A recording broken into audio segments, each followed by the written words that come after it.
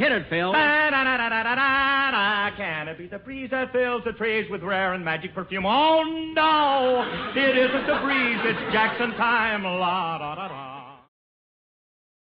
Stay tuned. Right after this episode. For our discussion.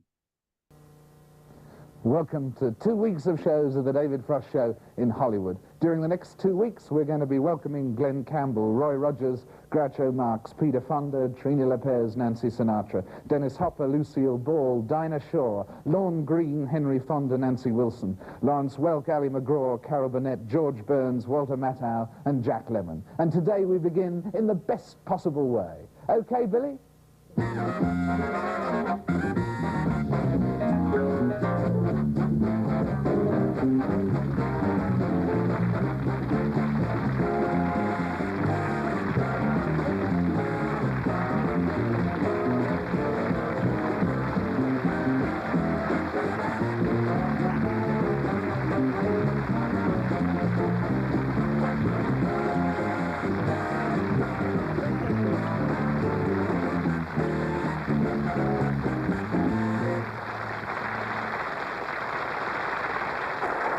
Thank you very much indeed.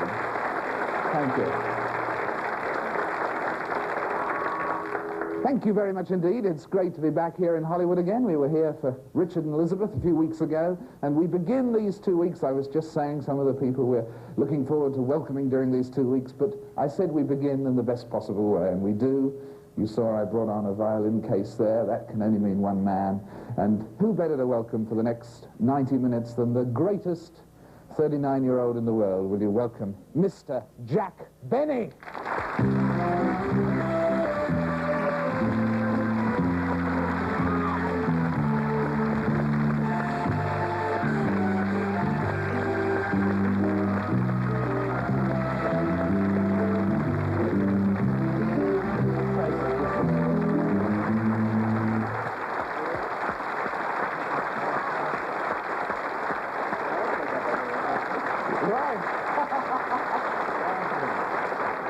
Sit down. Why don't you sit here, Jack? How's that? Okay. Is that comfortable? Yeah, an hour and a half we have to sit here. Well, I don't know if I have a vocabulary that will last an hour and a half. You know? It's so good to see you again. Thank you. The last time was in London at the British Academy Awards. But you know, wait a minute, before you say anything, I'm glad that you did one thing when you introduced me. Or let me say in other words, I'm glad that you didn't do one thing. Because wherever I appear on any of the other talk shows, the minute I walk on, the host always stands up and imitates my walk. Because they think I walk effeminately, you know? Well, I can't help it. Did you develop the walk deliberately? Or did it just happen to you? I love it. Deliberately? To be effeminate? No, that's the way I've always walked all my life. I can't help the way I walk. But and I'm glad. But anyway, doing an imitation of me wouldn't fit on this show. Because in the first place, you're from England. I don't walk like that in England. You see? Now ask me why I don't walk like that in England. Jack, I've always wondered, why don't you walk like that in England? This is such a lousy, corny answer. I'm not even going to answer it. There isn't anybody in the audience couldn't answer that. Somebody answer that. Why wouldn't I walk like this in England? I want to show you how simple and corny it is. Any suggestions? You know, what's your suggestion? See for the fog. What's that? You couldn't see for the fog, the ladies. Hey, that's good. That is very good. I wish it's better than my answer. My answer was going to be that the reason I don't walk like this in England, because in England I walk on the left side of the street, which isn't nearly as good as yours. Would you like my seat for an hour and a half? But Bob Hope's always talking about your walk and mocking you for your walk. Walks exactly like I do. And he always talks about my walking effeminately. He walks just like I do, except he cups his hands. Bob walks, you know how I swing my arm? Bob does the same thing, except he cups his hands. But otherwise, he's... Hope always looks to me like he's a head waiter bringing somebody to a good table. Really. Well, so much for that. Last time Hey, this is intimate and nice. Isn't you know, it I nice? like this and love the audience is right close. Isn't it great? Yes, They can get right at you. tear your clothes off, that's what they'll do. They'll tear your clothes off later. Last time I saw you you were direct from, you'd had a smashing week in Dublin. You'd been playing the Gaiety Theatre in Dublin. Just a few weeks ago. Right, just That's right. that was when we met. Did you enjoy that? I enjoyed it very, very much. I had one of the most memorable weeks. You know, if I were to say to somebody, what were the 5 or 6 greatest weeks you have ever had in your entire career in show business, I would have to mention Dublin. Because the audiences were marvelous, the people were wonderful, we did terrific business, you know. And when I left, and it was only there 11 days, you know, 3 days of rehearsal and a week in the show, it was almost a crying scene. You never saw anything like it. Everybody was so lovely. And the nicest, the most exciting thing, one of the most exciting things that happened was when I got back to my hotel, the Gresham, you know, the Gresham Hotel in Dublin, there was a message that President Eamon de Valera invited Mary and I to come to his, or Mary and me, rather. Mary and Mary. Us. No, Mary and me. The both of us. God knows I don't want to make a mistake like that in front of you. Or William Buckley. Incidentally, if I can digress for just a moment, then I'll get back. Then I'll get back. You can go anywhere you like. I saw the show. I can go any place I like? Well, it's very nice having seen you. No, I'll tell you something. I saw the show you did with William Buckley. Oh, yes, I did his show. Yeah. And I watch his show and I watch your show. And both of you have such beautiful vocabularies that there were a few minutes at a time that I didn't know what the hell you were talking about. I'm trying to... But I knew I was going to watch it, so I had an interpreter with me. I had him sitting with me, you know. But anyway... We were in the I forgot what I was We were going in the Gresham Hotel, weren't we?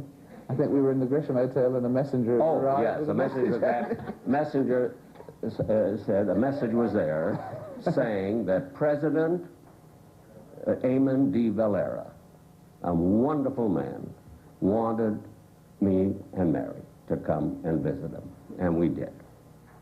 So we went to this beautiful mansion, this beautiful home, and I was actually thrilled.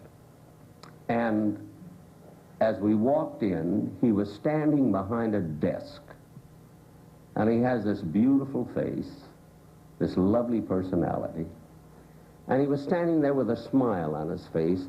He's like Arthur Rubinstein. You know how marvelous he stands and walks. Arthur Rubinstein is about 83 years old. Well, President de Valera is about 86. And he doesn't see too well now, and you would never know it, you see.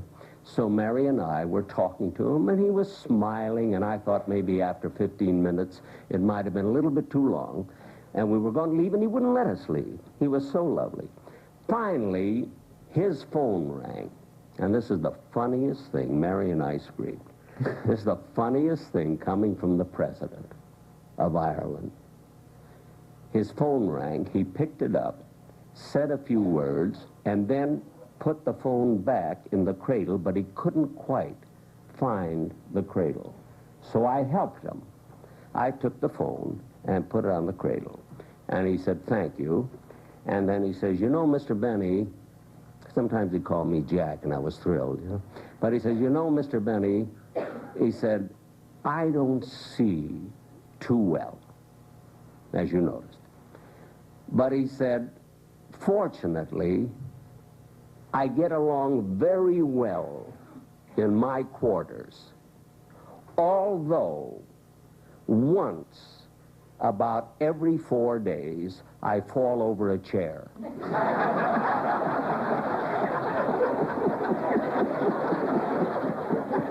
Now, the thing that made me scream, here's the president who timed it. He didn't say once in a while I fall over a chair, but he pinned it down to once every 4 days I fall over a chair. That means about 8 times a month he falls over a chair. Well, I want to tell you, we couldn't stop. Isn't that wonderful? That is about as good humor.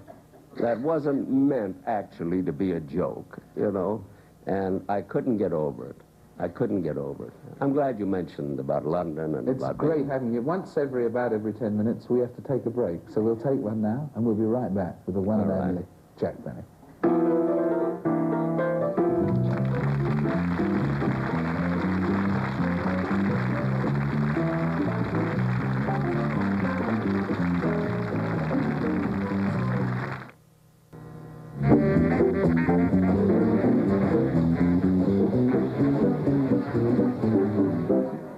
Welcome back with the one and only Mr. Jack Benny. Jack, I love the way they say one and only. I've never heard of another Jack Benny.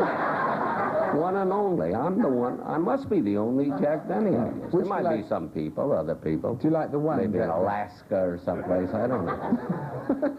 You haven't run into them very much. No. Well, assuming for a moment then that you are the one and the only Jack Benny, how is it that you've been at the top all these years, and people who've been at the top for a year or two have written their autobiography, and yet search everywhere, and you can't find anywhere you've never written yours? Now, why is that? You mean a biography? An autobiography? Yeah, you've never written your autobiography. My Life by Jack Benny. Now, I'll tell you why. I didn't even say anything funny. You timed it. No, I'll tell you. Let me tell you what happened.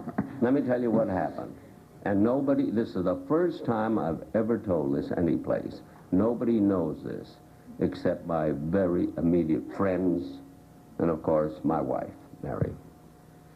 About 3 years ago, so many people and publishers have asked me to write an autobiography that I thought I'd write one.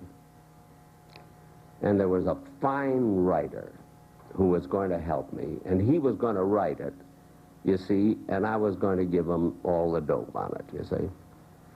Then I thought, no, if you're going to write an autobiography, you must write it yourself. I hate a book that says, my life as told to.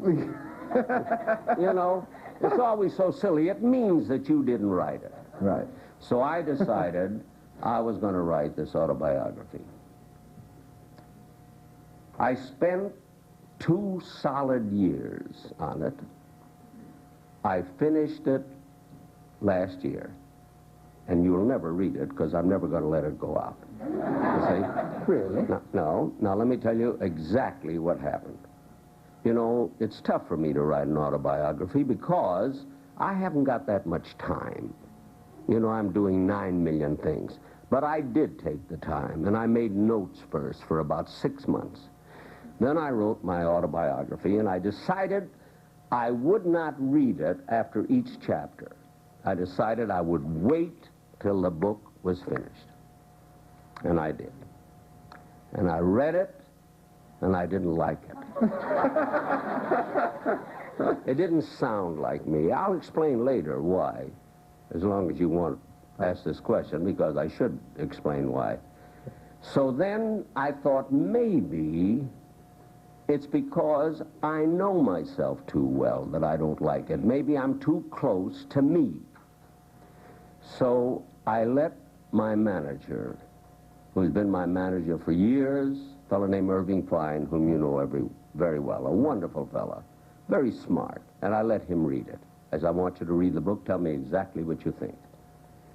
He read it, and he said to me, Jack, I have to agree with you, it is not good. So then I thought, maybe the two of us are wrong.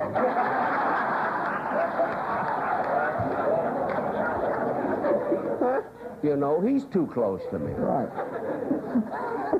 So I let my director, Freddie DeCordova, whom you know also, who has directed most of my television shows, and Freddie spares me nothing. He read the book, and I said, Freddie, what do you think of it? And he just looked at me and went,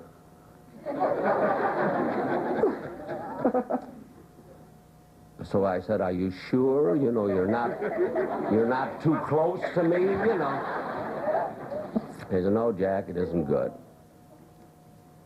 So then I thought, maybe the three of us are wrong. So I let my writer, Hilliard Marks, whom you've met, been with me for years, my head writer, he read it. He didn't like it, and I said, well, Hilliard, maybe you're too close to me. So he stepped back a little.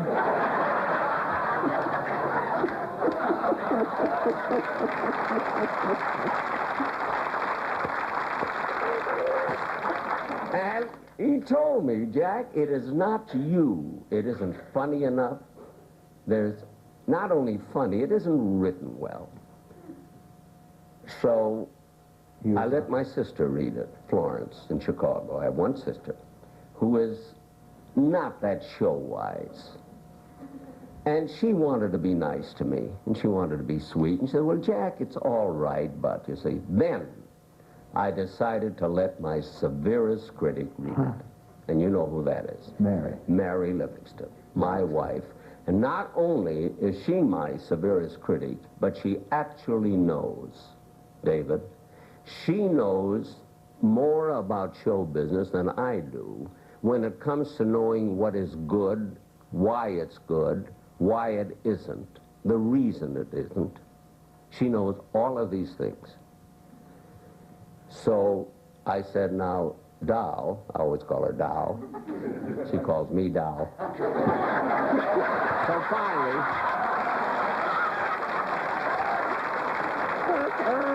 so I said, Mary, I want you to read this very, very carefully, and just don't read a little bit of it, read quite a bit of it.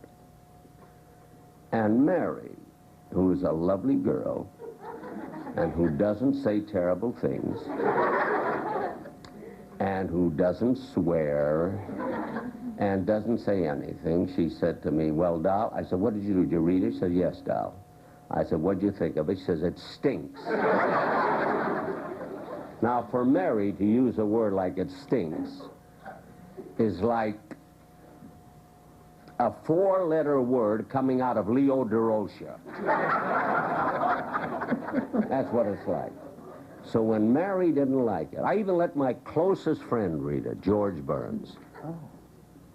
And George was very nice about it.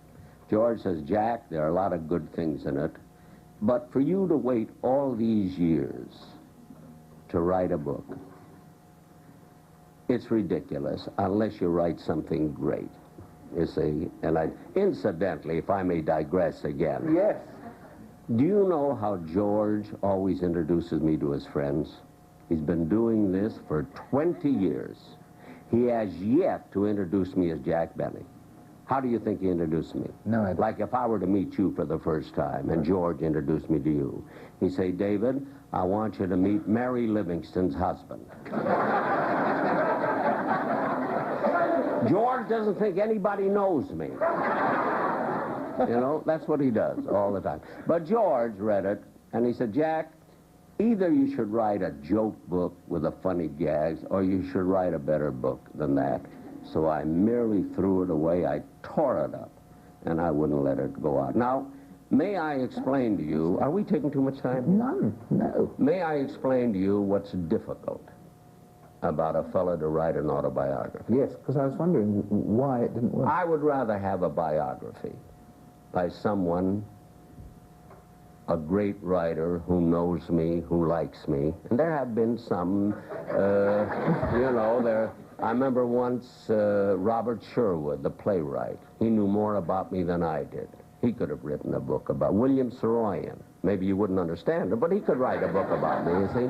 Let me tell you what's difficult, David, about writing an autobiography. The nice, wonderful things that have happened in my life that I would like people to know about, I can't say those things about myself. You see? It sounds like you're bragging, it sounds like you're egotistical, and I want the people to know the wonderful things, the real great things that have happened. I can't say it. If you were writing a book about me, you can say those things. What? You see, so I can't. And another thing, I'll tell you another reason it's tough for me to write an autobiography. Mine would not be a Horatio Alger story. You know, people love to read books where a man was so poor that when he was a kid, he sold newspapers barefoot in the snow. Well, I was never barefoot in the snow. In fact, I was going to call my book, I Always Had Shoes, which was a great title. You know, because this never happened to me. My father and mother, my father wasn't rich. But I didn't have to sell newspapers out in the cold. He could afford to pay for violin lessons. He could afford to send me to school to do anything. So there's no great story that starts out where I'm in terrific difficulty. You see? Now I'll tell you something else. I have never had many setbacks. Everything that's ever happened to me, I've been in show business over 55 years. There's never been a setback. It's always been a slow rise, where I was in vaudeville, cheap vaudeville, big-time vaudeville, a headliner, movies, radio, then a star in radio, then television, and it all went like this. There was never a time when anybody ever threw me out of a job. I never had. You see, and what makes me glad I'm as old as I am, it's too late to throw me out anytime. You know what I mean? Where are people going to throw me out? Now, you take Frank Sinatra, who has had an exciting life. He's been way, way up. Then he had problems. Then he went way, way up. Today, he's the king. The king of show business is Frank Sinatra.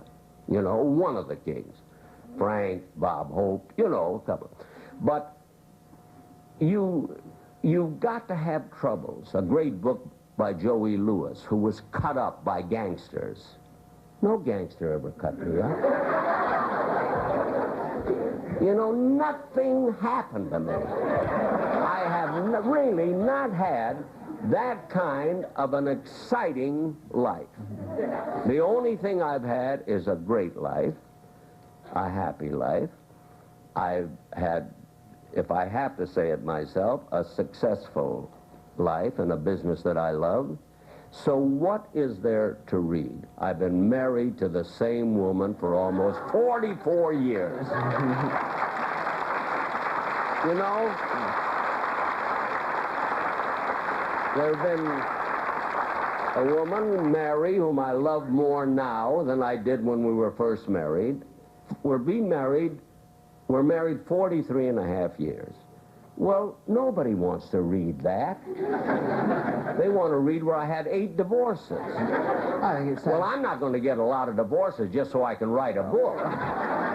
You know, that's ridiculous, isn't it? Sounds like the most refreshing book ever written, actually. No, unfortunately, it isn't. Yet, somebody else could write. You know who I'd love to have write a book? a biography, because she's a marvelous woman. I'm not going to mention her name right now, but she knows me as well as anybody does, and once she followed me on a concert tour and wrote the most beautiful article about my concerts. Funny, clever, very witty, and she wrote it so beautifully, and she knows so much about me that sometime, maybe I better do it pretty soon, but sometime I'm gonna say to her, write a biography. I'll give you all the dope, and I just leave it to her, you see? And this will come off sometime, because I feel pretty healthy, you know, and I'm gonna have her write a book, and she'll write a great one. Now, you see? how can we guess who it is? Huh? Who is it? It's not your daughter. No. Because I read... Although my daughter could write a good one. She wrote a lovely article. Yes, my daughter could write a good one. But this woman, I think, could write a great one. Someday I'm going to ask her when she's not too busy. She's very busy right now. What's she busy with at the moment? Well, I'll tell you who she is. I don't mind. Because I may never ask her. She may never want. Her name is Shana Alexander. Oh, yes, the editor of McCall. You know Shana Alexander? Used to be with Life magazine, and now she's with... Editor of McCall's. Yes, editor of McCall's, and honest, the things that she writes, and the things that she says, and the clever way that she does them, you know, and really knows me, really knows all about me, because she's followed my career as long as anybody could, you know. You said that someone would have to put in all the wonderful things about you that you couldn't say yourself. What are the wonderful things you couldn't say? Well, I'll be damned. I'm just telling...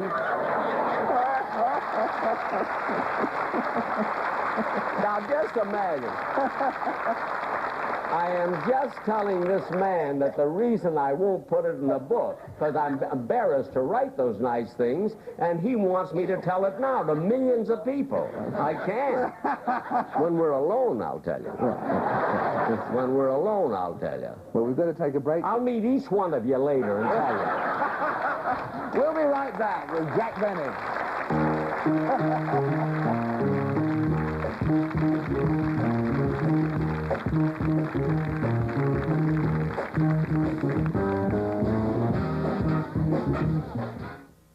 Welcome back with the one and only Jack Benny. I've said it again.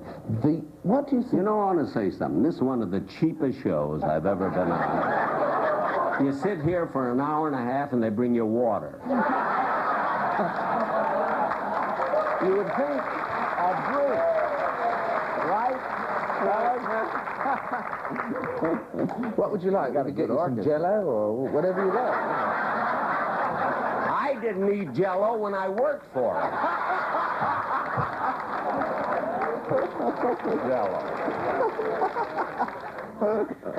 You were the first person, actually, you know, weren't you, to bring humor into commercials and things and integrate the humor and the message, the medium and the message. That was one of your breaks. And the Jell-O. Well, yes, in the commercials. Well, even before that, we were the first ones to do satire on television. And the first sponsor was Canada Dry Ginger Ale on radio. You know how I got in radio? I was on an Ed Sullivan show. Ed Sullivan asked me to come on his show. He did a sports show. And I said, well, what do we do? He said, oh, you and I'll write something. Yes. And I went on Ed Sullivan's show, and the Canada Dry Ginger Ale people heard me, and that put me in radio. And this is after... That famous first line that's always your great first line on radio when you announced yourself, didn't you, and said, good evening, this is Jack Benny. Oh, I said, this is Jack Benny. There'll be a long pause while you say, who cares, or something like that. I don't remember what it was. Right. But anyway, now, I think eventually I would have been in radio because I had already been a star on Broadway in shows, you see. And I left the show.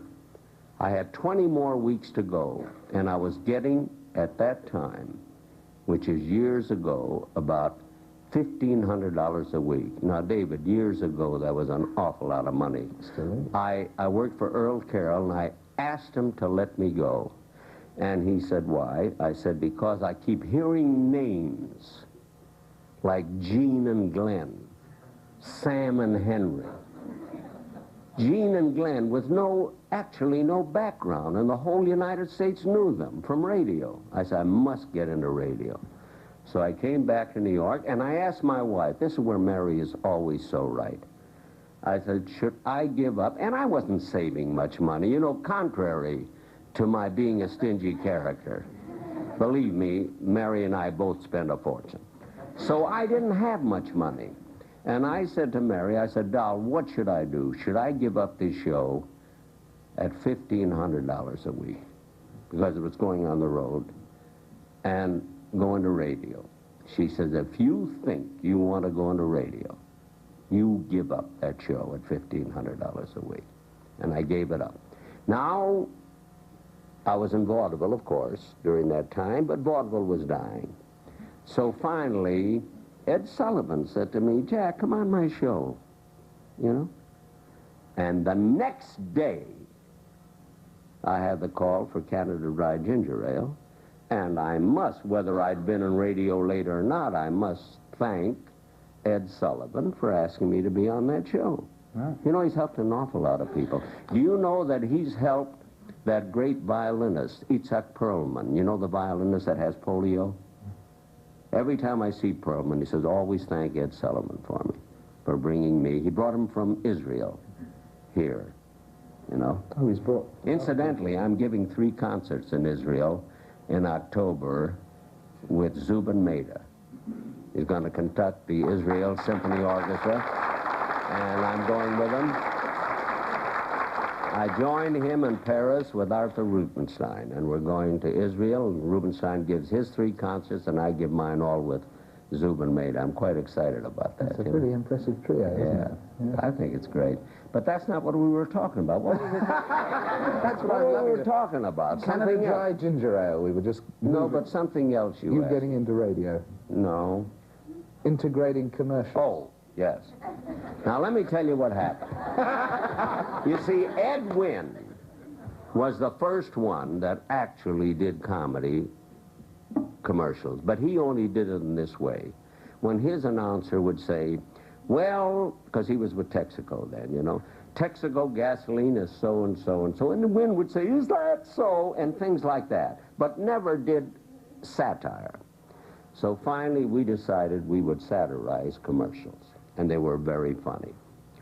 But the sponsor wasn't sure that he was going to like it. Finally we did one where the sponsor nearly threw me off the air. Now, I'll tell you what it was. It was the funniest commercial. I didn't pan Canada Dry Ginger Ale. I just didn't say whether it was good or not, see? Here's the commercial we get. Now, I want to leave it to the audience. This isn't a funny commercial. I said, you know, ladies and gentlemen, we have a salesman for Canada Dry Ginger Ale whose territory is the Sahara Desert. And one day he was walking along with cases with Canada Dry Ginger Ale, and he ran into a caravan, a lot of people who were dying of thirst. So he gave each one a glass of Canada Dry Ginger Ale, and not one of them said it was a bad drink.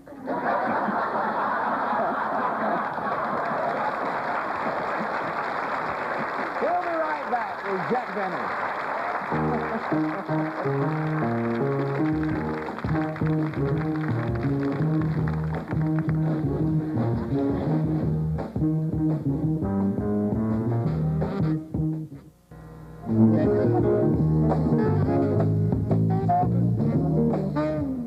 Welcome back with Jack Benny. Well, that commercial went great here in the studio. Did Canada Dry love it? It went great with the people, except Canada Dry Ginger Ale was afraid. They said he didn't say one thing. I said, well, I didn't say it was bad. They said, no, they didn't like. Now, what happened? So they wanted us to cut out all comedy commercials. So we begged them. The agency even begged them.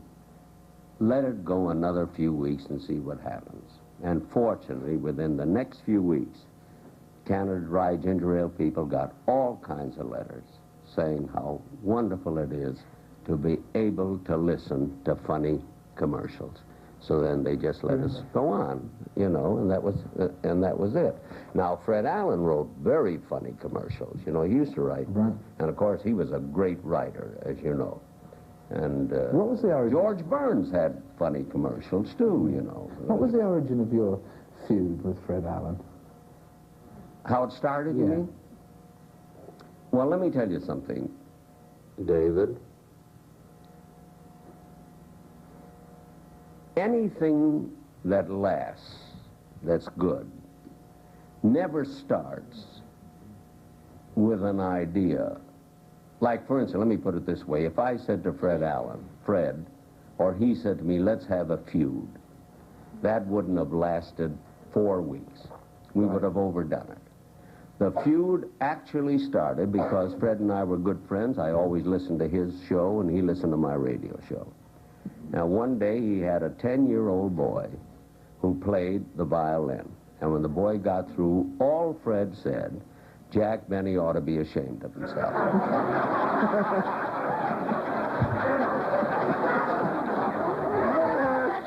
So I answered him some kind of a joke where I said to Mary, who was playing the part of my secretary then, supposedly, I said, Mary, take a note to Fred Allen. This is on my program, which he's listening to. And I had some kind of a joke, which I do not recall at the moment, that meant that I could play when I was 10 years old, as well as the boy, but it was done in joke form. Do you know what Fred did the next week? He brought people from my hometown, Waukegan, Illinois, on his show to prove that I couldn't play the violin. So the next week, I brought people from Waukegan to prove I could play the violin. This feud went on and on and on for years and years and years until this great, great comedian passed away. In fact, we were in the feud for 8 months before we even discussed it with each other. You know? Really? That's right. That's how. Now, that's why it was successful, you see, because we didn't make it up. We didn't say, let's have a feud, because that wouldn't... But Fred was an amazing guy. He used to say the most awful things about me. He was faster than I was. You know? He used to say the most wonderful things about me. And some of the jokes that he would tell, like George Burns, who tells outlandish things about me, even though they're true. He embellishes them in such a way. You see, when I tell what George Burns does to me, I tell it truthfully. He keeps adding and adding and adding till it's impossible almost to believe, but they're true. And Fred Allen, he would do jokes about me like this. For instance, when I first became successful, or after I'd been successful quite a while, and I had this feud with Allen. This is before they built the school in my name in Waukegan, Illinois, the Jack Benny Junior High School. Right. So they didn't have it then years ago, but they did plant a tree in my honor in the courtyard of the courthouse in Waukegan. And in a very short time, the tree died. And nobody could figure out why it died. And on Fred Allen's show one day, Fred said, you know, with that nasal twang, the way he talked, Fred says, how do you expect a tree to live in Waukegan with the sap out in Hollywood?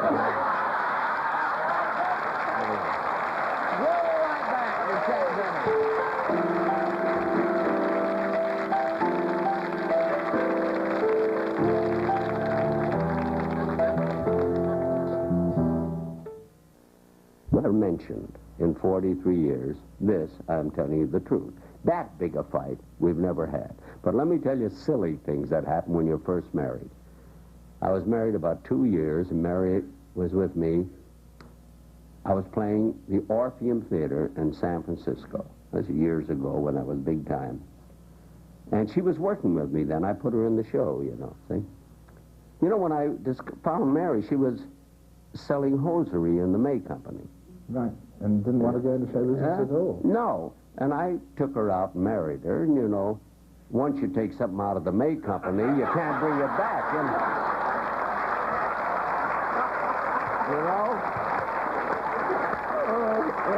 Well, anyway, the first fight we had, now, Mary lived in Los Angeles. I was playing in San Francisco, and Mary always liked for me to wear very conservative clothes, which I like, black, blue, or brown, and conservative ties.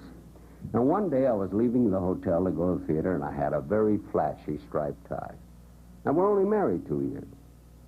She said, "Where'd you get that tie?" I said, "I bought it." She said, "Well, take it off and put on another one." I said, "I'm not going to take it off. I'm only going to the theater, and I'll see you at the theater later." I left the theater. She never came to the theater, and she was working with me. I went back to the hotel. There was a note left. She went back home to her mother and father because I wouldn't change my necktie.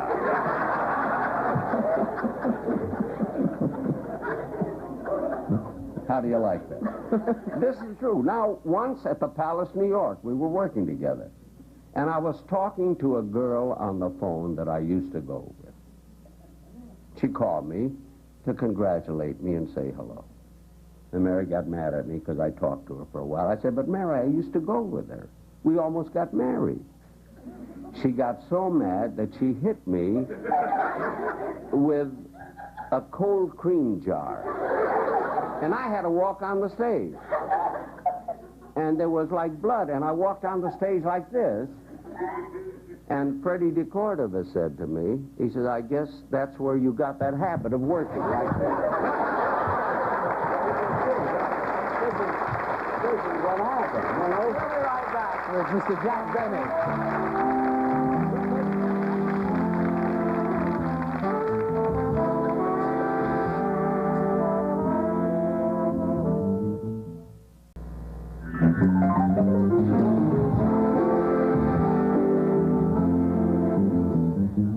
Welcome back with Mr. Jack Benny. Jack, it's such a great joy having you here, isn't it? Isn't it?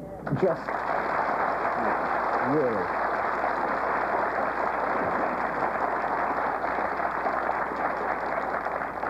And you mentioned concerts just now.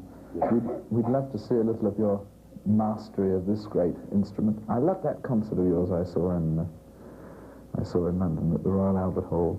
That's the only time I've seen your concert. It's marvellous. Will you take out the old violin for us? Which one is this? I have two in there. There are two. Yeah. Would you take one out for us? Huh? I'll tell you why he wanted me to do this, which he didn't mention. Well, I was going to... He saw my concert with the London Philharmonic Orchestra at Albert Hall. And after the concert, he said to me, "You know, Jack, I know you're not a good violinist. And you're not supposed to be, but I don't know too much about music. You fool an awful lot of people." Because I heard them applauding, you know, hollering bravo. And I don't know enough about it, he said to me. So how do you fool the people when you give a concert? So I said to him, "Well, sometime when I come on your show, I'll do something also that I've never done before, and I'll show you the tricks that I use." Now, when I say fooling an audience, believe me, I cannot fool fine musicians. And I cannot fool the music critics. They know how I play. But the music critics accept what I do because they know it's satire. They know that I think I'm the world's greatest violinist. And they go along, and the music critics love it. They give me the greatest reviews that you've ever read because they know that I love the violin. They know I don't make fun of it. And they know I try to play as well as I can. It's kind of pathetic. Well, anyway. Now, here's the only way I can fool people who come to concerts who don't know too much about music. You know, I can't fool, I can't fool Isaac Stern. I can fool Henny Youngman. You know, like when you play cadenzas, fast cadenzas. Now, what would Henny Youngman know about that? He thinks cadenza is a Spanish house. You know what he doesn't know? Now, here is my Stradivarius, which is a beautiful instrument that's worth, I would say, about $40,000. Now, I want you to hear something very interesting, ladies and gentlemen. I have a violin here called a Presenda. Now, you ask 10 people on the street what a Presenda is, nobody will know. But you ask them what a Stradivarius is, everybody will know. They don't even know what a Guarnerius is, which is as good or better than a Strad. But they know Strad is a word like Jell-O. They know Jell-O is a gelatin dessert. They know Stradivarius is a violin. And Yasha Heifetz told me something very, very interesting, and also my dealer, that in about 80 or 100 years from now, there will be no more Strads. They will be broken. They will be, he called it deoxidized. You know, they can get too old. They'll be stolen. There'll be no more. And this violin, the Presenda, will be one of the few that will take its place, because this violin is 80 years younger, you see. So in 80 or 90 years, you're going to have to give up that one. I mean, you Play won't live to see it. I will. You know, 'cause the way I take my time.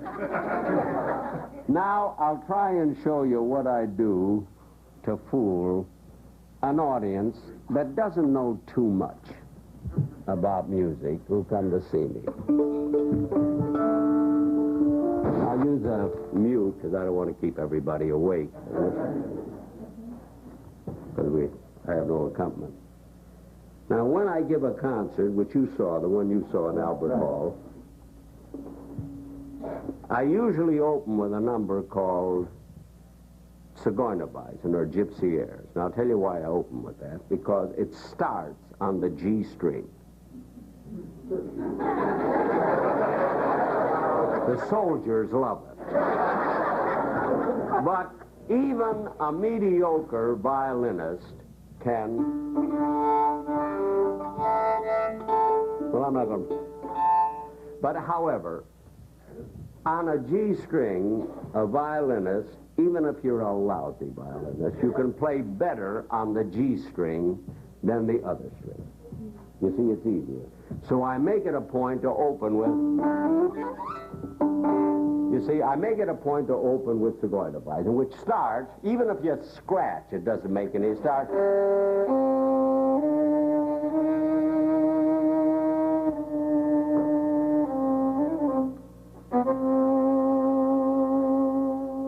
Now that sounds not too bad, right? All right. Now, right after that is a cadenza, which is difficult. Now, if I play the cadenza, if you play it fast enough, a lot of people won't notice the mistakes. Because after I do this, I'll show you the cadenza. If I play for...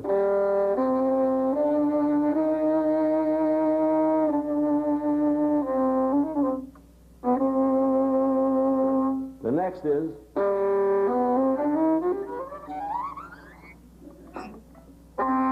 Now, you see, if you play it that fast, Who knows how many notes I miss? Now, if you play it slowly,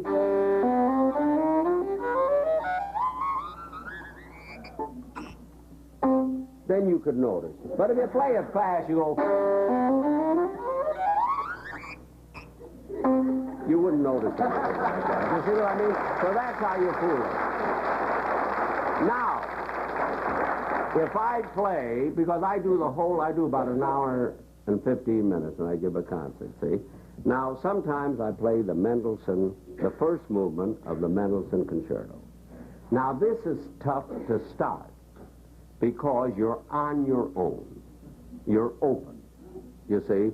And the orchestra merely plays a measure and a half of... And you got to go right away. And you're right out in the open. So here's how I fool them. I say to the conductor, no matter where I play, whether it's Carnegie Hall, I say, look, we'll play Mendelssohn now. I say, vamp till ready.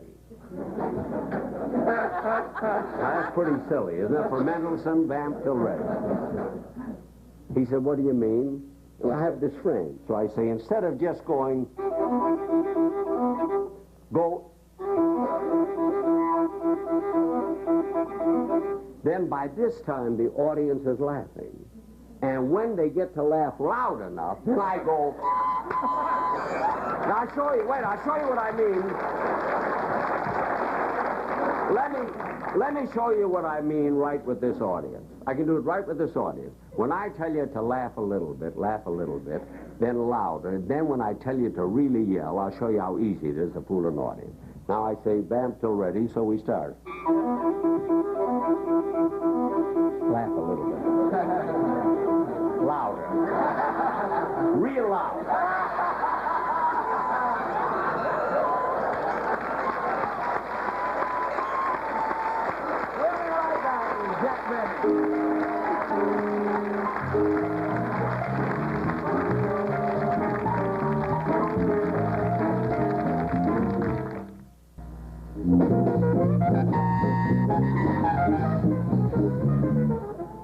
Welcome back with Jack Benny. What else do you do with the violin to fool us?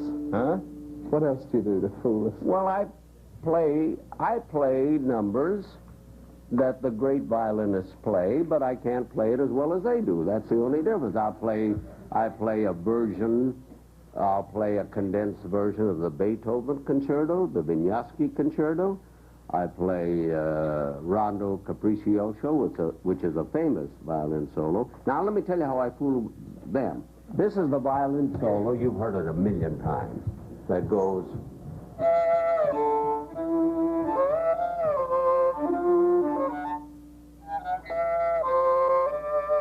Well, the way I fool them there is I do imitations of great violinists. You see, so they're laughing. So while they're laughing, I'm going...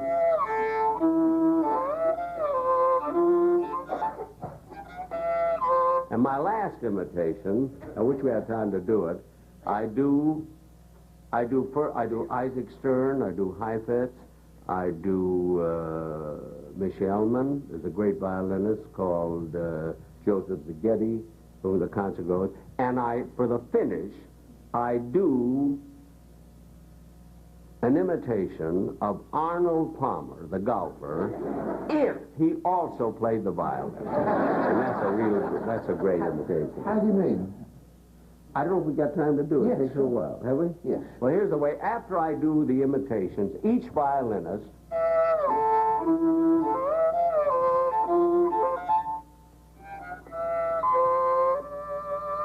you see, I'll leave the mute on. It's better without the orchestra. Well, anyway, now the last imitation is Arnold Palmer, if he played the violin. And I'll do this for you. I do this. Now, you hold this. And take out the other bow, too. Hold both bows. There it is at the bottom. That's right. And don't touch the hair on the bow. Right. Just like this. Right. And hold the violin. Hold both bows in one hand, the violin, like a caddy. And this is if Arnold Palmer were a violinist playing this same number. So here's what I do.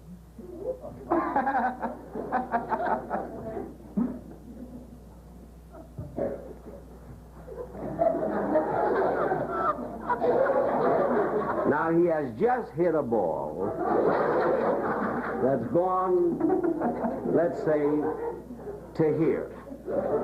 So he walks up to the ball.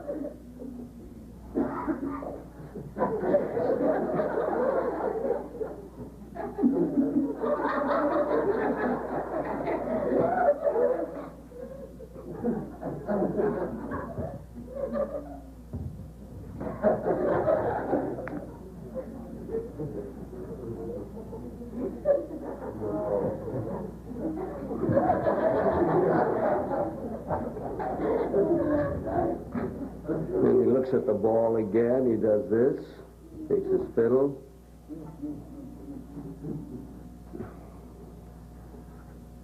And it takes a ball, one of the balls.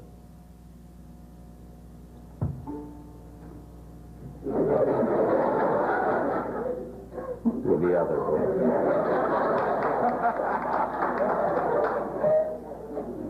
Now this is Arnold Palmer, getting ready to hit the ball.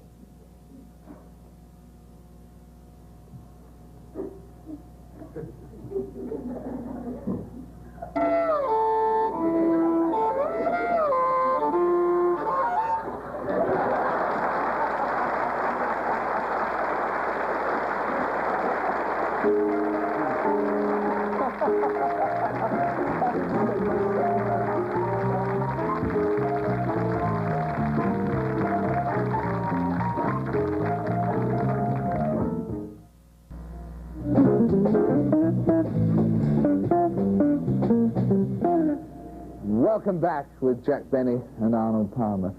Jack, what... George Burns will think I'm stealing his stuff with a cigar. What do you He think... smokes the cheapest, worst cigars. No, not cheap, but they're not good. Not good. No. Rubbish, are they, really?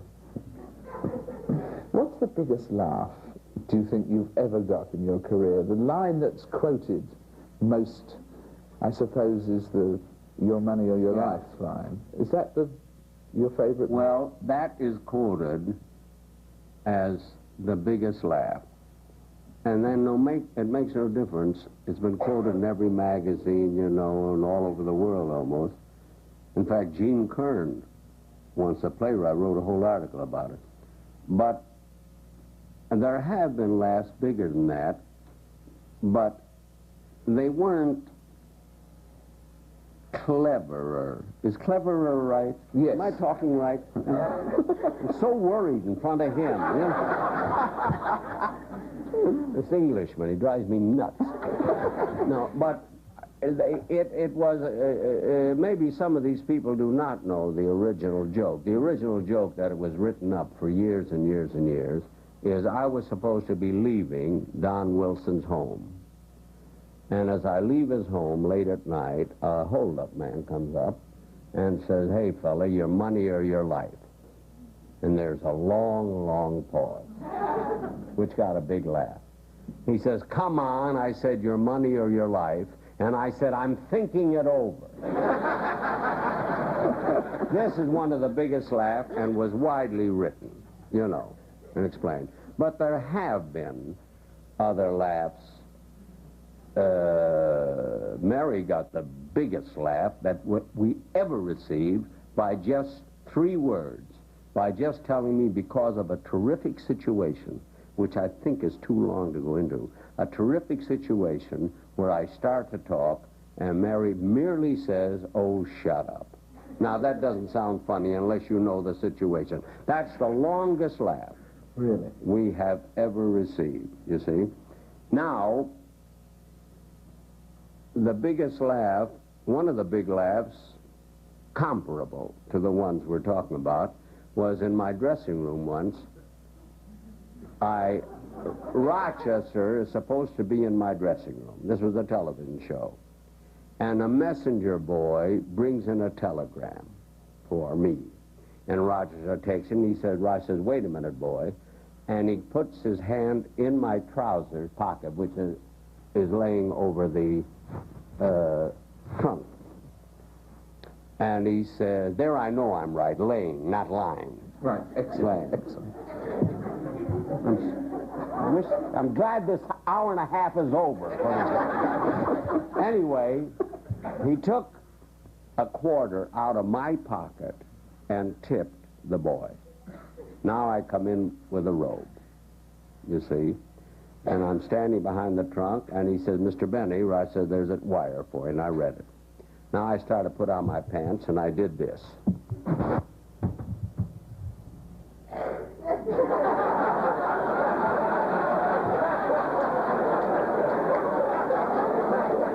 I said, Rochester, who took a quarter out of my pocket? That's one of the biggest ones that we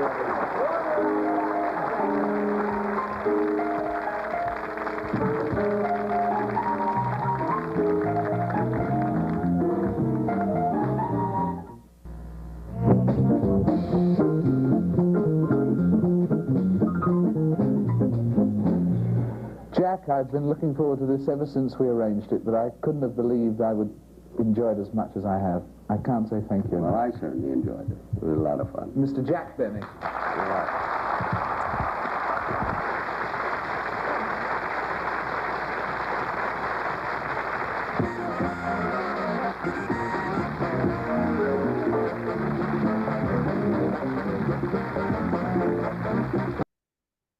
Well, hello again. This is Buck Benny speaking.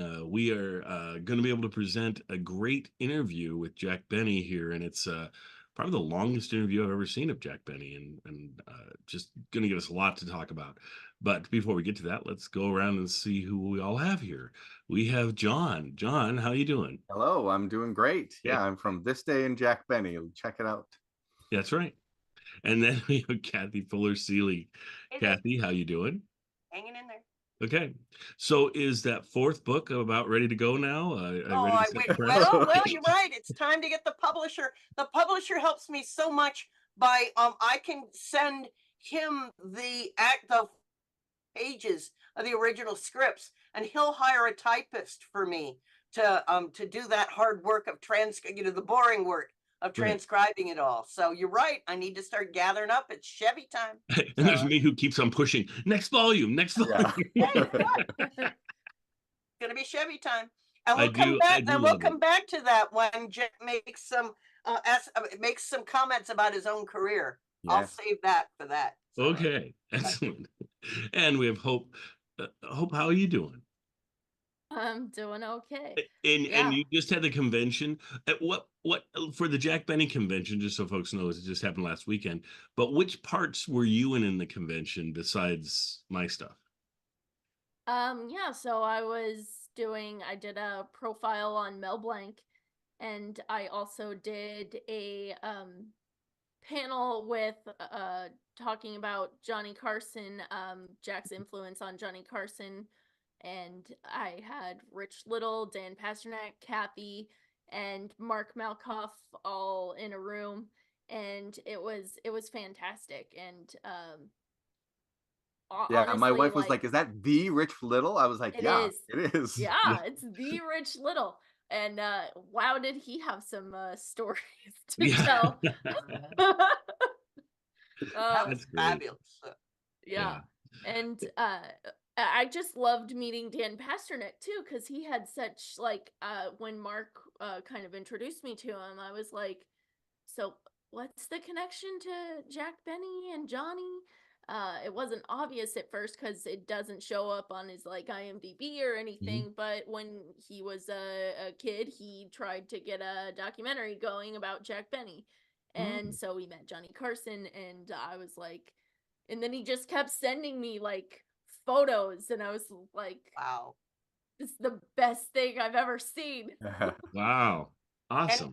And then to learn that he's put all that footage is up on the Academy Emmy website, so that we could so we'll have to go look for some of that, and maybe we can talk about them in podcasts. So eventually he said that I was wondering, I didn't think I didn't think Yeah. maybe I'd seen them yet. So No, I hadn't seen them either, and I was like, "Where are they?" And he was like, "Well, the Academy has them. They haven't published them yet. So, Oh, okay. eventually." Yeah. Well, let's hop on and start talking about this because it's an hour. It's wasn't. I thought it was going to be an hour and a half. It wasn't quite an hour and a half, but it was long. And usually we go about as long as the show, so we're going to be here for an hour talking about this probably. Anyway, let's start out with Kathy. What was one of the pieces that kind of struck you in this that maybe was new information you hadn't had before or insightful in some way? well, gosh, from the very beginning, I was really struck by Jack sort of taking control of the interview. He's not just going to sit there quietly and wait to be asked a question. I think he was really energized by having that sort of small audience, relatively small audience, and without some big set in the way of interacting with Frost and him. And I think David Frost was incredibly generous Hmm. to let Benny go wherever he wanted to. And I was really impressed that David Frost had done his homework. One thing that was delightful is that he actually asked Jack Benny about the commercials, and so gave Yes. Jack a chance to talk way back about the earliest Canada Dry commercials, of which he managed to. I mean, he remembered very specifically after all this time and just off the top of his head. So I loved all the insights across the length of, or at least Jack Benny's career from radio onward. So that was nice because who does their homework to actually appreciate something instead of, oh, what'd you do last year? So Right, Yeah, right. Well, totally.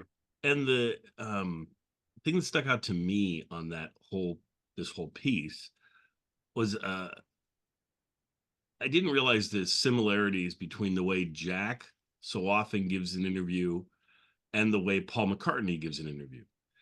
They yeah, What we do is they get interviewed by a lot of people and they're always short little interviews, and so they sort of have like these little cassettes in their heads to talk about whatever the thing is. And so you hear the same things over and over and over again if you listen to a lot of their interviews, right? With Paul, you're always hearing about uh, the movement on my shoulder. I was going to change that. Well, John really liked that, so I decided to keep that, or what, from different songs and so forth. But with Jack, so many times when he's on Carson's show or whatever, you hear the same things over and over again, and you still heard them today. It's just in the long form. You got to hear more, and they were fleshed out a little more. The one that comes to mind that he says all the time is that you can't plan a feud and it has to be just natural and be organic, and that's why it lasted so long. Otherwise it would have lasted just a couple of weeks. I mean, we've yeah, heard that a million times, right. but to go into it a little with a little more depth was great. And then there was huge sections that he's never talked about before, like you were Yeah. saying with the whole Canada Dry, how the commercials, all of that was great stuff to hear. So this is just kind of neat. It kind of got Jack out of his comfort zone and into a broader variety of things, and then that Jack could uh, actually be thinking on his feet and be remembering all this stuff was fantastic too. And I had a favorite part, but I'm going to save that and see if somebody else stumbles across that themselves, or if not, then I'll bring that up. But let's go over to John. John, what did you think? And what's Yeah. Well, first, let me. The format was great. The audience was just eating up every word that he said. Like, he got great reactions to everything, which was fun to hear because, like you said, sometimes you've heard these stories before, but when you hear it with that audience reaction, you kind of hear it with fresh eyes, and it also helps him in his delivery because when something works well, then he starts to do it better again, Yes. and starts to like maybe milk some of those moments in a more fun way. So to mention some of the things that you've already mentioned, I thought it was funny the way they got into talking about the commercials where he's complaining about the water and David Frost offers him Jello. So that was that was funny. I don't eat that stuff. I thought it was interesting that Jack Benny wouldn't take credit for coming up with the first comedy commercials because he Right. said, when Yeah. who Ed was it? Wynn. Mad Hatter. Ed Wynn, yes. When he would do his commercials, he would like sort of like do comments on the commercial read. He said, but I'm the first person to do satire, which really I think he just means sort of written comedy commercials. Yes. So I thought that was interesting. And to give an example, the one from the desert, and to hear the sort of behind the scenes and the reactions from the sponsors, I thought that was lots of fun.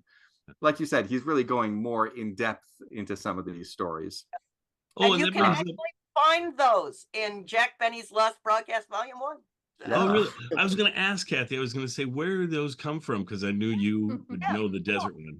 And a marvelous one. But it was fabulous for Jack to say how much the sponsor was upset by this, because you don't get that from just reading the script or learning the shows. And Right. the sponsor didn't go into variety in the trades and going, we're angry and we hate this. But like I said, so that is a really sort of untold story, to only get that from Jack, to learn that the ad agency was happy about it, and that the ad agency and Jack worked together to say, yeah, wait, don't stop yet, and that they started to get appreciative letters. So Did Jack get it about right with the desert oh story? yeah, that the desert one is correct, and I thought the one that threw it over the edge was the cannibals. That the salesman was traveling somewhere, like in Africa, and that him but enjoyed a lovely sip of Canada Dry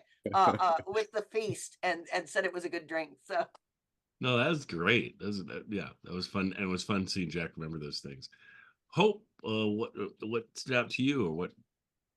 I mean, that was definitely one of them, because I just enjoyed Jack saying he never ate Jello, Yeah.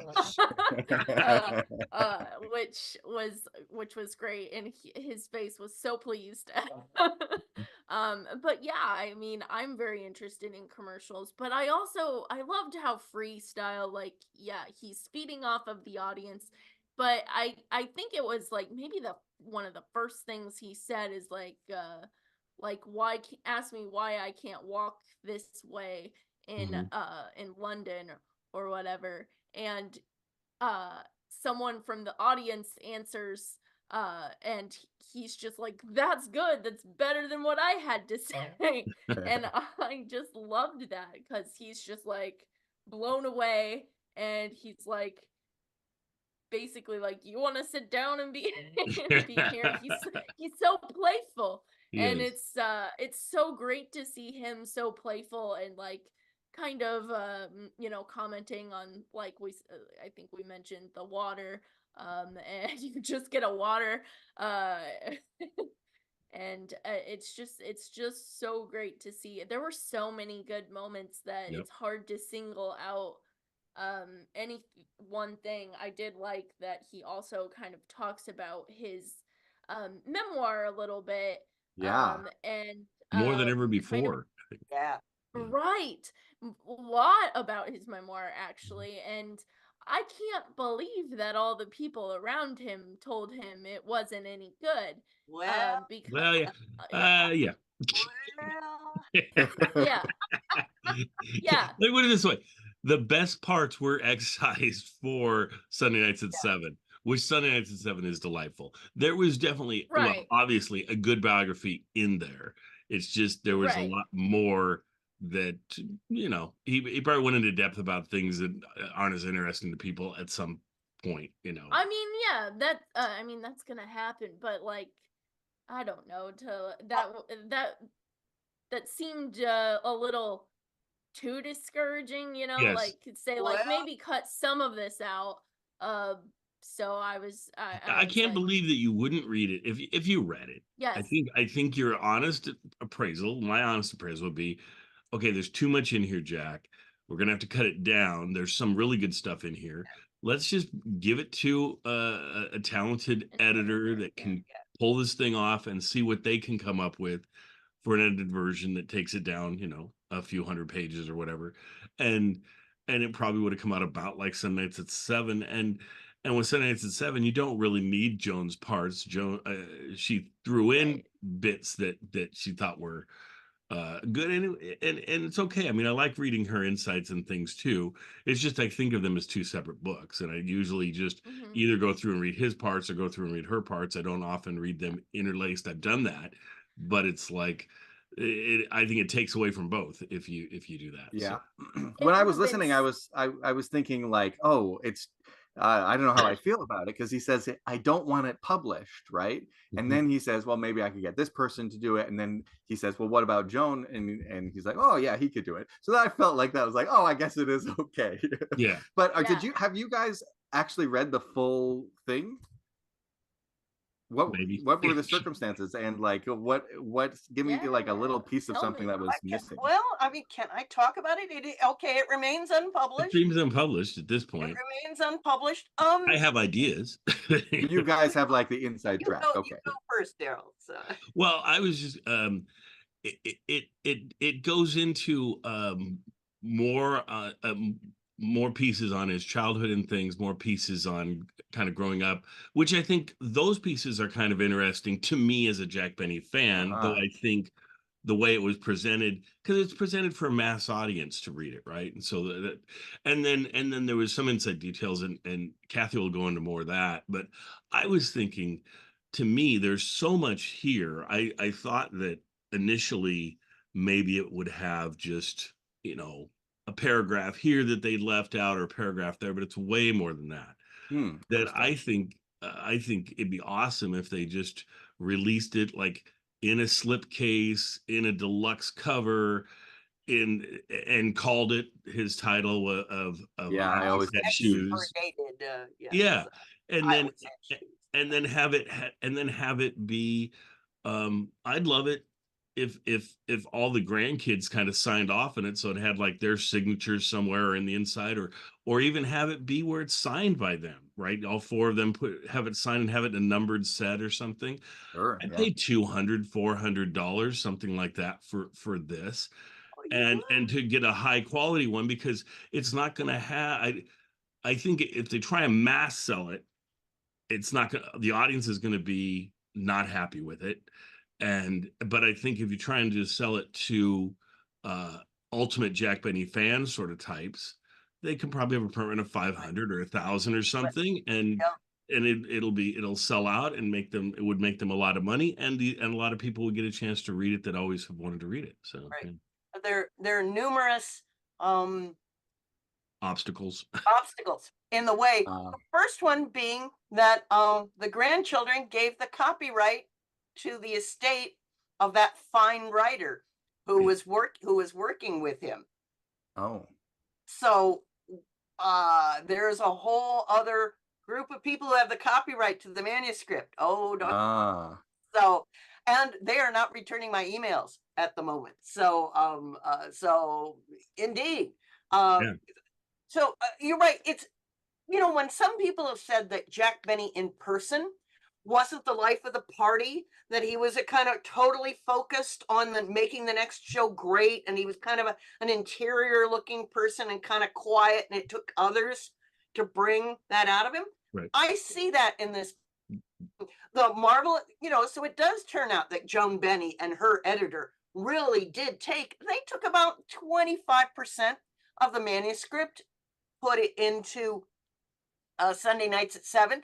But those are the happiest bits. Jack on his own kind of ruminates on things, and he settles the score about a few things. So he's kind of, indeed, like what he marvelously says here in the David Frost interview, is that he's not very good at talking about himself, Right. that he Yes. doesn't feel comfortable exploring the highs. Yeah. Tooting his own horn. Yeah, and that. But he is But comfortable exploring the lows. So yeah, and we love Jack. It's like, I really don't want to hear about your eternal hatred for these couple of people who obviously did you terribly wrong. right. But it's like,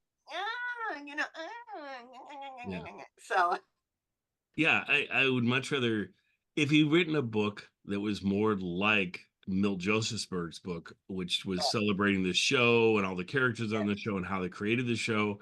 I think that would have been but more here interesting for here is people, but that here wouldn't have is been an autobiography. That would have been Jack's book about the show. as Yeah. This is one case where the as told to, because I think that's what he and the fine writer was named Maurice Zolotow, a really fine, excellent Hollywood reporter who'd written terrific biographies of other Right. stars and a great review. I mean, a great article about Jack that was in, I think, the Saturday Evening Post sometime in the 50s. And I think if Zolotow had been able to massage this stuff, there could have been a really good as told to manuscript come out of it. But I love that we get finally more detail on this project that is usually said, oh, I showed it to Mary and she said no, and so it went into a closet. And I just love that, of course, he turns it into this elaborate joke. Yes. I was wrong. Maybe the two of us were wrong. Maybe three of us were wrong. That is just lovely, and we'll see what happens. But the other part about the memoir, that again, why Jack is not the best one to tell his story. I'm not saying I am, but you can see when he says my career had no bumps, it was a slow rise. Now, at least he says I wasn't a huge star in vaudeville, but he says I did well, and I did well, and I did well, and I did well, and he says, nothing bad ever happened. Oh man, here's the evidence that he didn't want to talk about, that I think gives him is a lot of credit to him for standing up for himself, for overcoming huge what do I want to say, interference with his vision of his program, all due to that same, in this case, here in volume 3, that first sponsor, Canada Dry, that all of a sudden changed his network, changed the days he was broadcast, insisted on hiring at least 2 new comedy writers, and imposed a new narrative on his show, totally upending everything. And Jack didn't put up with it. The marvelous little bits of stories in a variety that Jack and Mary and writer Harry Kahn stormed the offices of Canada Dry and the advertising agency and said, we will not put up with this. We are doing very well for you. And we refuse to accept these changes, or we'll walk. And so Canada Dry goes behind the scenes and they go, okay, we'll give you back your show. But they knew just about 3 days later, it's like, we're not picking up your option again. The final. That's, at least from Canada Dry's point of view, is we're going to fire your butts. And it actually did cause, in January 1933, Jack Benny was in crisis. Radio star to be fired. In a dispute with the sponsor, and at mid-season. Right. Everybody else was tied up, and the word on the street among advertising agencies was he was a used comedian, that he was so associated with Canada Dry that no one would touch him for fear that you're getting, oh no, you're not selling our product. When people hear you, they're going to think Canada Dry. So all these things here in the Frost interview, talking about as being, beneficial or Benny achievements, it turns it all came back to haunt him in this one terrible 2-month period where he really thought his career was possibly over. And he doesn't mention this in his book, right? No. I don't remember any part of that. No. Which would have been an interesting piece to have in the book. It would have been more interesting than a lot of the ground he covers. What's coming up? So he was eventually, because luckily for him, a big sponsor came open right after this. This is when Al Jolson walks away from his Chevrolet show, and Chevrolet was a huge advertiser. And so Chevrolet was convinced to pick up Benny and move from a music show to a comedy. Mm-hmm. But on the other hand, it is the week of Franklin Roosevelt's first inauguration. He started the bank holiday. The Depression is at its very lowest point. What an inauspicious time. Yeah. To be trying to sell automobiles on the radio. So crazy. So well, let's just say the story is fascinating in its details. Yeah. I will not disagree that Jack's story overall is one of sort of, but the fascinating bits are to look down and dirty. He had to work hard for this. He faced huge roadblocks. They had to scramble, and I admire that about him. So, Well, and that so leads to one of my favorite parts of this interview is where Jack just goes through and says about how from his starting in vaudeville to being just a small act in vaudeville to being a headliner in vaudeville and then breaking into radio and how he broke into radio and with Mary's advice, that was a good. yes, and with Mary's support and advice, no, I think it was great. And bits and pieces he said that before, but not usually all together in a stream Yeah. like that. And then for him to say, then I was in radio, and then radio turned out to be this big thing for him, and then the slide over to television. He talks about movies, and he says, every step it just went smooth, pretty much throughout is what he says. But when he says that, I'm going, yeah, movies not so much. I mean, I don't think his movie. I mean, I sent Kathy an email joking about it, saying I have 4 words for him: the horn blows at midnight. But the real thing is, the horn blows at midnight wasn't as bad as everyone likes to say it is. Not as bad as Jack says it is, and so forth.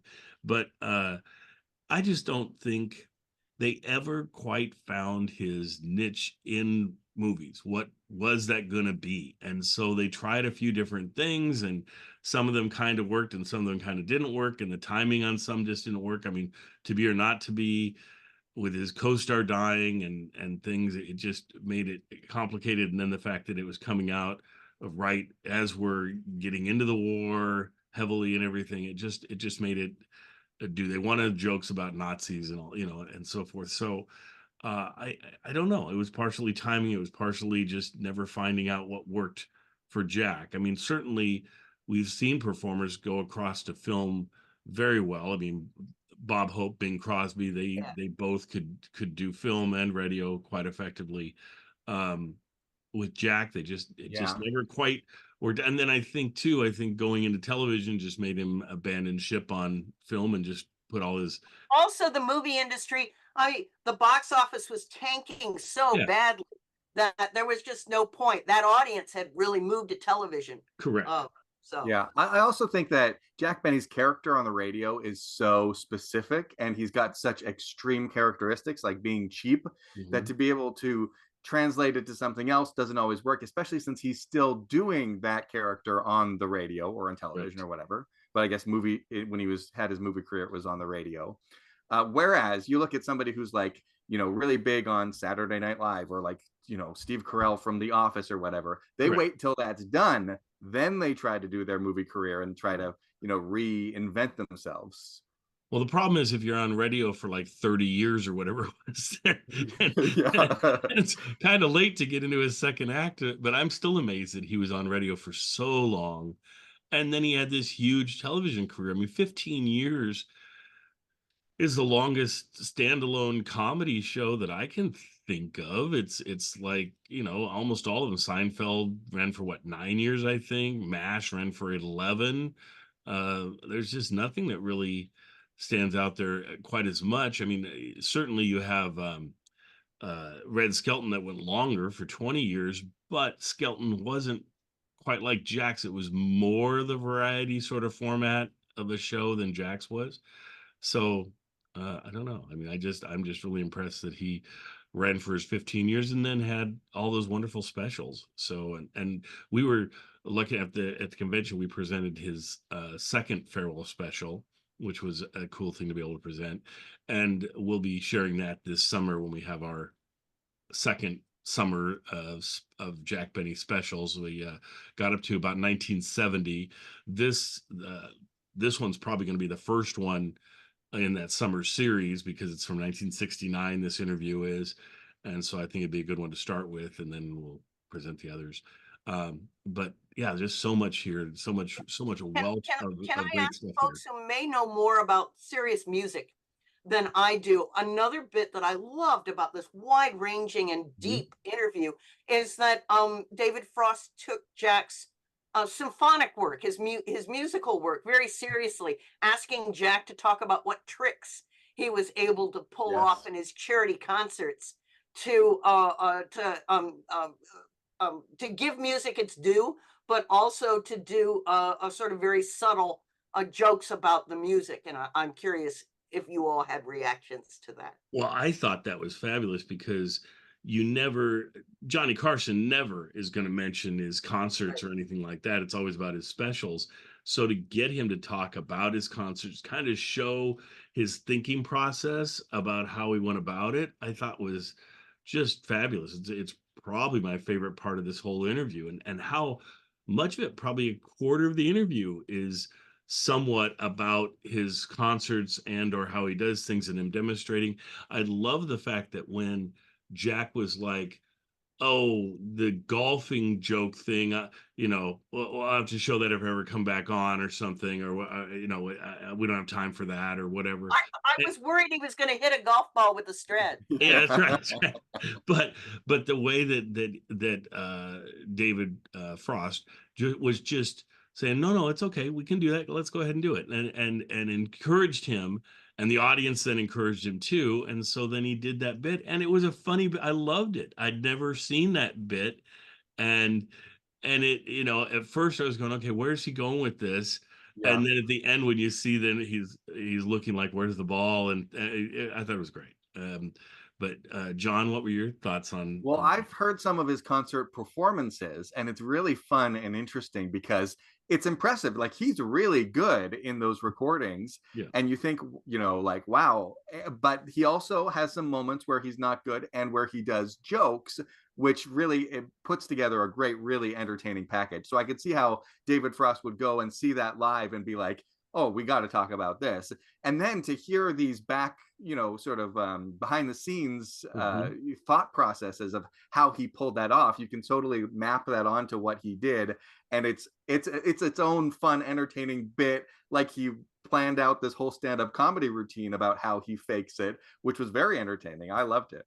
Yeah. So and the fact that he's like, okay, now this next part's really complicated, and I'm not great at pulling this off. So this is when I'm going to throw in some jokes or cover it up by doing that. And so he was really honest that way. I loved how he played the beginning and was like, that sounded really good, right? And then the audience is like, yeah, because he knew what he sounded good at. He knew what he could pull off.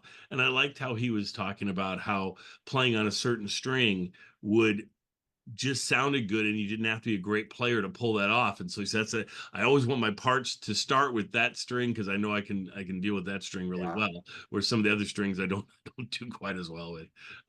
Hope, what were your thoughts on that piece?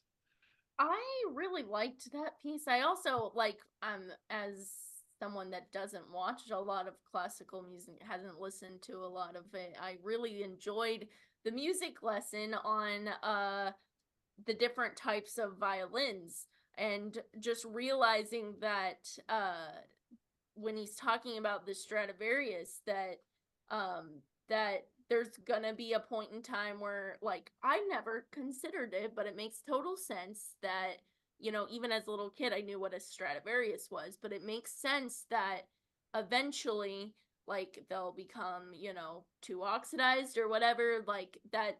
Eventually the strads will lose their value, and in about 80 years from what he said, like, when was this interview? So 69, so it's soon. So another 20. Well, we're so halfway there. Halfway there. Yeah, it'll happen within my lifetime, and I Yes. guess I didn't. Made me so consider sad. that. Like, no, we've lost Yeah. we can't lose the strad too. But just learning that actually there's better violins out there as well. It's just the Strad just gets all the attention, and I was like, that's fascinating to me. Never knew that. And Well, and then he shows us I the other love one, music. and David's holding the other one like, oh, this is just a knockoff or whatever. And then Jack says at some point, yeah, that one's like, I don't know what it was, 800 years newer or something, but it's still old. It's still like, so they're both, and then when he's doing the golf thing, he has David holding a Strad, has him holding two bows, and I'm just like, if I'm David, I'd be like, don't leave me here like this. If I drop one of these things, I'm in big trouble. And oh my God. Because right now, recently, somebody had posted to the Benny fan page on Facebook a picture of Jack smashing a cockroach with a violin, using one of his $10 fakes. And so Yeah. when he's holding it up like this, I was going, oh my. Yeah. Oh man. But go ahead, John. I was going to say, changing the subject, one of my favorite parts is when he talks about Mary. First, him mentioning that he calls her doll, and everyone was like, oh, that's sweet. And then he says, and she calls me doll, and everyone bursts out laughing. But I think that's true. I think they actually did call each other doll. Yes. I thought that was very funny. Yeah. And then when he tells the story of Mary, it's about how she like went home to her mother because he wouldn't change his tie.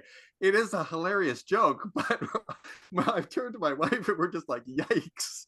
Yeah. Like, yeah. I thought that was very interesting and also entertaining. Yes, definitely. Well, and the Mary calling him doll, Jack does it a lot when Mary's not there, when she's gone, she's laryngitis or whatever they're saying her reason for not being on the show. At the end of it, he'll say, "And get better, doll," or "I'll be home to you soon, doll," or something like that.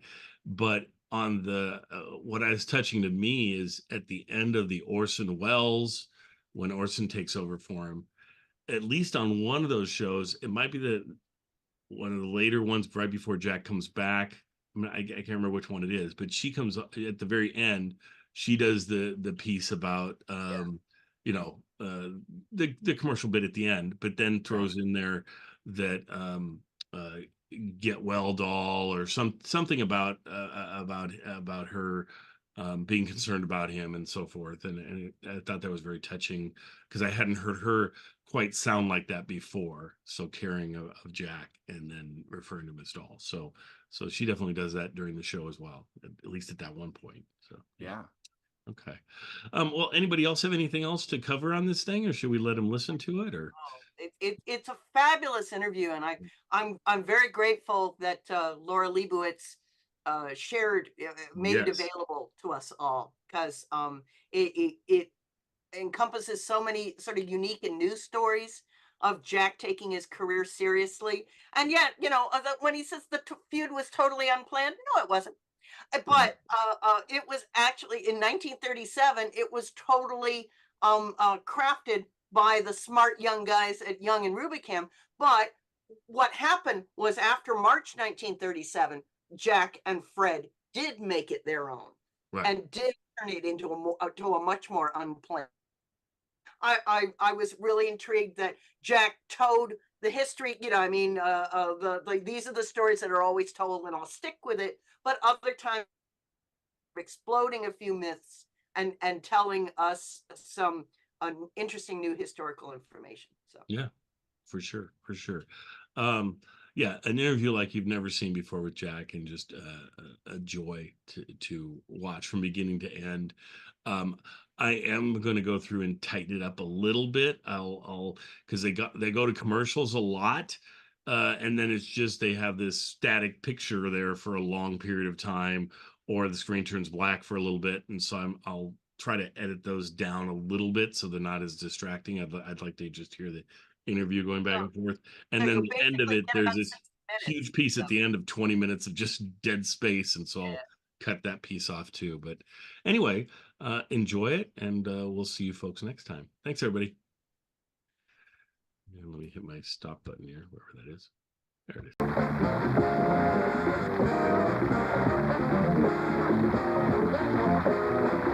Transportation and promotional considerations furnished by National Airlines. Now National Airlines flies nonstop every day between Miami and London with the only in-flight movies. National says you're going to have a great flight.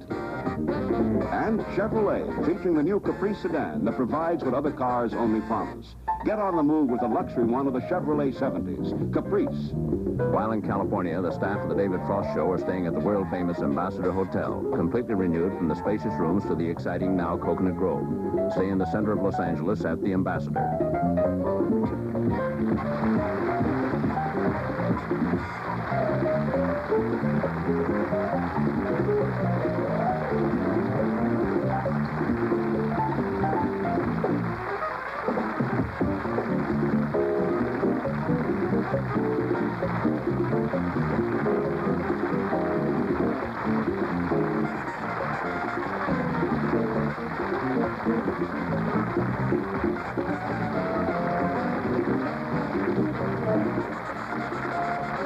Bye.